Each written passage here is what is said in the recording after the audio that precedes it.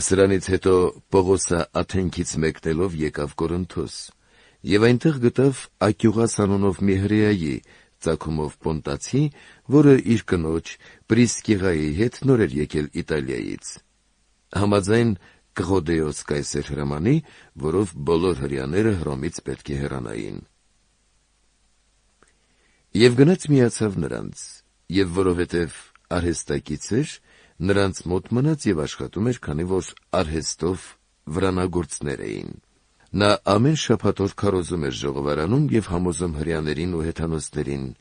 Երբ Շիղան եւ Տիմոթեոսը Մակեդոնիայից իջան եկան, Պողոսը հոգու կողմից մղվում էր վկայությամբ փաստելու հրեաներին, թե Հիսուսն է Քրիստոսը։ Եվ երբ նրանք ընդդիմացան եւ հայհոյեցին, զգեստները թափ տվեց ու ասաց. «Ձեր արյունը ձեր գլուխը, ես անպարտ եմ, սրանից հետո հեթանոսներին եմ գնում»։ Եվ այնտեղից գնալով մտավ մեկի տունը, որի անունը Տիտոս Հուստոս էր, մի աստվածապաշտ մարդ, որի տունը ժողովարանին կից էր։ Կրիսպոս ժողովրդապետը հավատաց Տիրոջը իր ամբողջ տնով։ Նաև կորինթացիներից շատերը նրան լսելով հավատացին եւ մկրտվեցին։